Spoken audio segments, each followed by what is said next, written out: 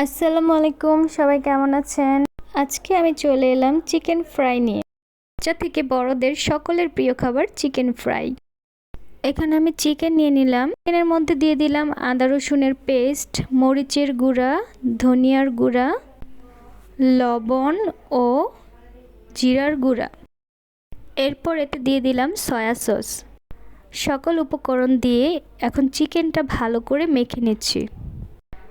চিকেনটা ভালো করে মেখে প্রায় 10 মিনিটের মতো রেখে দিলাম। 10 মিনিট পর এতে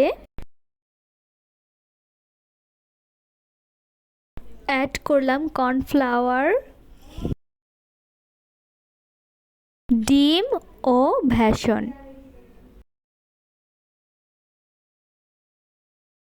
এখন সমস্ত উপকরণ একসাথে মিক্সড করলাম।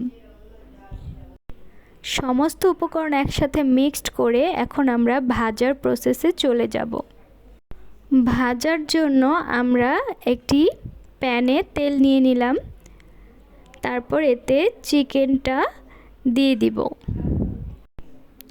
চিকেনটা দিয়ে দিচ্ছি।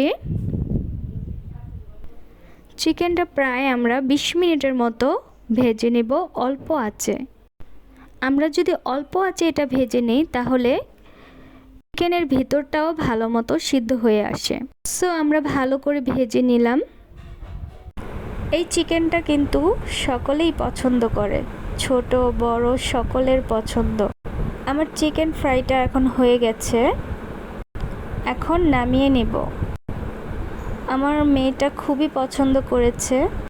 আপনারাও বাসায় ট্রাই করতে পারেন এই মজাদার চিকেন ফ্রাই রেসিপি। সো সকলকে অসংখ্য ধন্যবাদ ভিডিওটা দেখার জন্য। সবাই এভাবে আমার পাশে থাকবেন।